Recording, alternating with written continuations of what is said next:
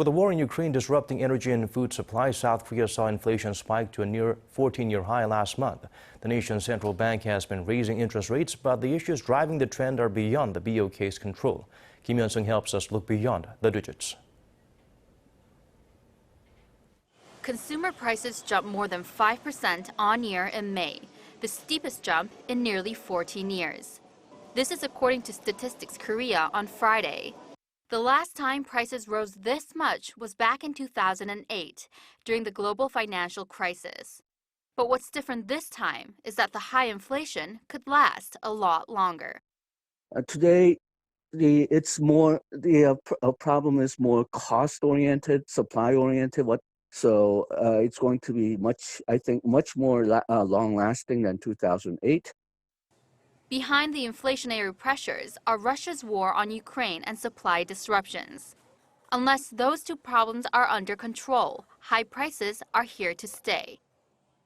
The steep price hikes are reaching people's dinner tables. Pork has risen by more than a fifth of its price from last year, while beef has risen by more than a quarter. And it's not just the prices of meat that are emptying people's wallets.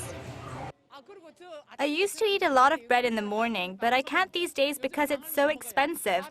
Rice seems a bit more cheaper.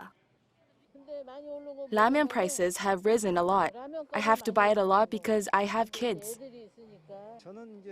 I buy a lot of fruit and meat, and fruit is expensive nowadays. But it's not just food. Prices have risen across the board for gasoline, energy, and even services. The biggest price hikes have been for petroleum products, which in May were up almost 35% on year. But on top of war and the pandemic, there are other factors at play, like people going out again with the end of social distancing. So the pork prices, I think, are mostly because of increased demand from distancing measures. But the rise in grain prices are not only due to the Russian invasion, but because of the strange weather we're having. To tame high inflation, the Bank of Korea has raised interest rates for 2 months in a row, but to little avail. Some now forecast that inflation is going to top 6% in the future. Kim Yeon-seung, Arirang News.